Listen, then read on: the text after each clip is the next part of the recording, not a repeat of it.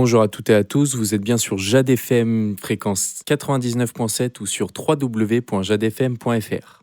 Aujourd'hui, comme toutes les semaines, nous recevons les chroniques ciné Toile de Ré du 18 au 24 mars. Aujourd'hui, nous recevons Mélanie. Bonjour Mélanie. Bonjour Jules. Comment vas-tu ? Ça va très bien et toi ? Avec ce ciel bleu magnifique. Tout à fait, et ce soleil.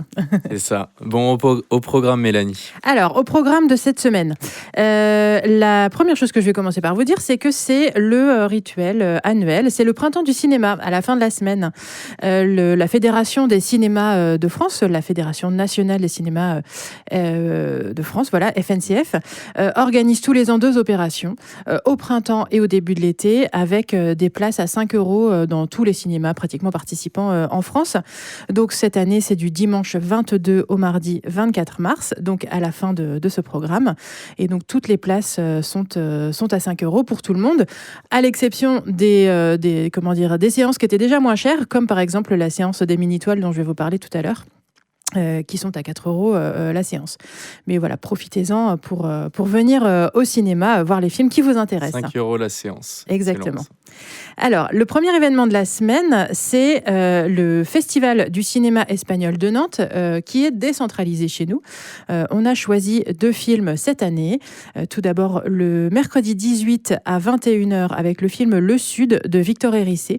C'est un film qui date de 1983, qui a donc plus de 40 ans et qui vient d'être ressorti, d'être remasterisé. Et on retrouve, c'est un film qui est adapté d'un roman d'Adelaida Garcia Morales. Et on va retrouver dans ce film l'histoire d'une fille et son père, une fille qui idolâtre son père, une jeune fille, une très jeune fille, qui a 8-9 ans et qui petit à petit va chercher à comprendre le passé de son père, ses blessures et sur fond, on va vite comprendre que ça parle de dictature franquiste. Ça, c'est le premier film donc du festival, et le deuxième, ce sera le jeudi 19 à 20h30 avec Histoire de la Bonne Vallée de José Luis Guérin. C'est un documentaire qui est sorti en fin d'année dernière et là qui nous emmène à Valbona, dans un quartier au nord de Barcelone, qui est une sorte de quartier enclavé qui finalement raconte un peu toute l'histoire du pays, avec ses conflits, toute l'histoire des migrations aussi, à travers une galerie de personnages que nous fait rencontrer le réalisateur. Très intéressant également à voir.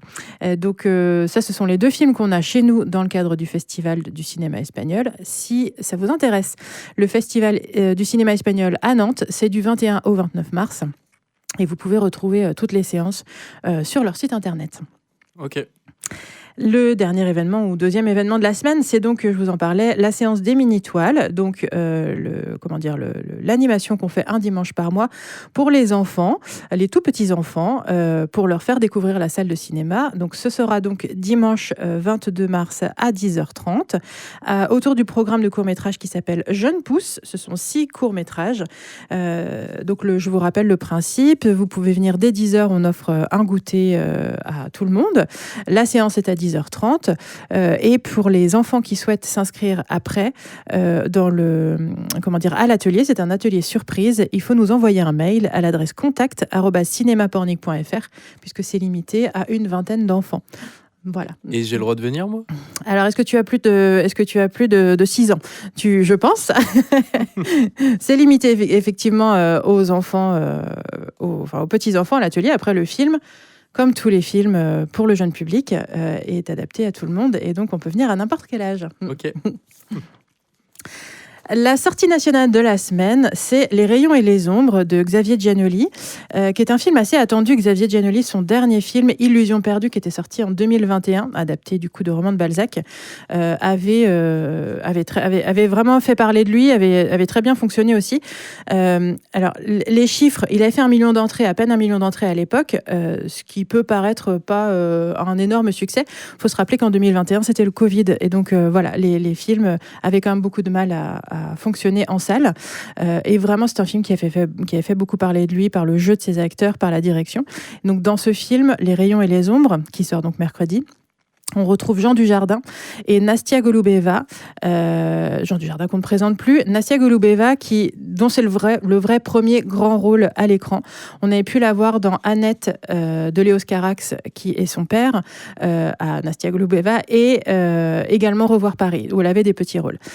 Dans ce film-là, on retrouve l'histoire vraie d'un père et de sa fille pendant la Seconde Guerre mondiale.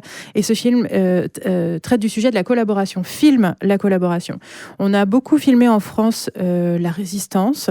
On a très peu filmé la collaboration. C'est pour ça que on va voir un petit peu ces personnages qui, sans forcément être des personnes convaincues par le nazisme au départ, vont petit à petit se laisser emporter par intérêt personnel dans ce cycle infernal. C'est une histoire vraie de Jean Luchaire et Corinne Luchaire, qui lui était patron de presse et sa fille était actrice. Je vous encourage fortement à voir ce film. Ne vous laissez pas décourager par la durée. Il dure 3h19, mais c'est un film très, très intéressant à voir par son sujet. Je pense que comme il est très intéressant, je pense qu'on verra pas le temps. Oui, en général, quand on rentre dans un film, on ne voit pas la durée passer. Mais je sais qu'il y a des gens qui peuvent se laisser décourager par la durée avant de venir. Voilà. En termes de nouveautés cette semaine, on a d'abord Rue Malaga de Mariam Touzani, qui elle aussi avait fait parler pas mal d'elle avec son précédent film Le Bleu du Caftan en 2023. Et cette fois-ci, donc c'est un film en version originale, en espagnol. Ses précédents films à Mariam Touzani étaient en arabe. Cette fois-ci, on va retrouver le personnage de Maria Ángeles qui vit à Tanger, dans un appartement de famille, sauf que sa fille veut vendre son appartement. Et donc on va la voir qui va essayer de sauvegarder cet appartement, de sauvegarder sa vie finalement en s'accrochant à des objets pour ne pas laisser sa vie passer. C'est un film très, très beau qui faisait partie, on ne l'avait pas choisi, mais qui faisait partie de la sélection des coups de cœur surprises au mois de janvier ou au mois de février. Je me rappelle plus du mois. La deuxième nouveauté de la semaine, c'est le nouveau film de Bradley Cooper, Is This Thing On? C'est son 3e long métrage. Il s'était fait remarquer avec A Star Is Born en 2018, qui était une adaptation, un remake du film du même nom. Il avait également sorti un film sur Netflix en 2023 qui s'appelait Maestro. Et dans celui-ci, on va retrouver Will Arnett et Laura Dern dans les personnages principaux qui jouent un couple d'une 50aine d'années qui sont sur le point de se séparer. Et on va voir comment chacun arrive à gérer cette séparation, parce qu'ils sont restés ensemble, ils sont ensemble depuis de nombreuses années. Et on va voir ce couple se déliter ou pas. Il reste un mystère dans le synopsis du film et comment chacun arrive à gérer tout ça. C'est également un film qu'on propose en version originale. Donc le nouveau film de Bradley Cooper, Is This Thing On? Ensuite, 2 films pour les enfants qu'on propose cette semaine en nouveauté. Tout d'abord, Jumpers de Daniel Chang, qui est un film d'animation pour les enfants à partir de 6 ans. Et là, on va retrouver une adolescente qui cherche passionnément à communiquer avec les animaux et elle va trouver un moyen en transférant sa conscience dans le corps de robots animaux. Donc voilà, vous pouvez voir ce que ça va donner, comment elle arrive à communiquer avec les animaux. Pardon ? Excuse-moi, c'est excellent en vrai. Oui, tout à fait. Et le deuxième film pour enfants, donc la deuxième nouveauté pour enfants, c'est Olivia d'Irene Iborra, qui est plutôt adapté pour les enfants à partir de 8 ans. C'est l'adaptation du roman La vie est un film de Maïté Carranza. Et c'est plutôt à partir de 8 ans parce que ça parle d'une jeune fille aussi, une jeune adolescente, Olivia, qui a 12 ans, qui voit sa vie complètement changer du jour au lendemain, avec des situations très dures qui vont lui arriver. Elle va devoir s'occuper de son petit frère. Et pour rendre la vie un petit peu plus douce, elle va imaginer que la vie est un film. Et ça aborde c'est très intéressant parce que ça aborde des sujets difficiles, mais du point de vue des enfants. Donc ça permet aussi certainement d'avoir des discussions intéressantes avec les enfants ensuite.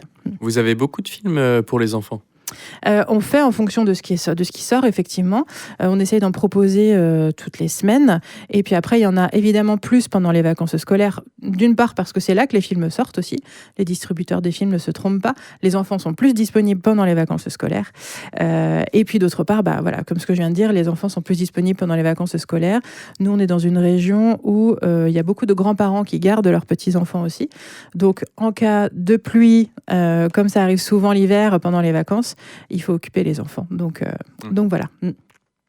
Ça, c'était pour les nouveautés de la semaine. Et donc, en continuation, on va avoir Victor comme tout le monde. Toujours à l'affiche également Alter Ego, Le crime du troisième étage, qui est sorti la semaine dernière.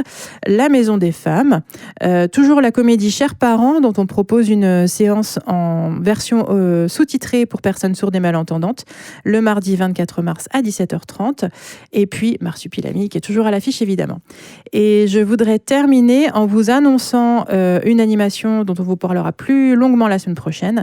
Le dimanche 29 mars à 12h45, on organise un café des femmes, comme on fait annuellement avec l'association Femmes Toutes Debout du Pays de Ré, dans le cadre de la Journée internationale des droits des femmes, même si là c'est un petit peu décalé par rapport au 8 mars.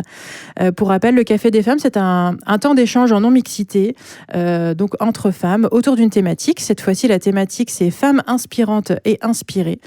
Et voilà, donc c'est un temps d'échange suivi d'un repas partagé.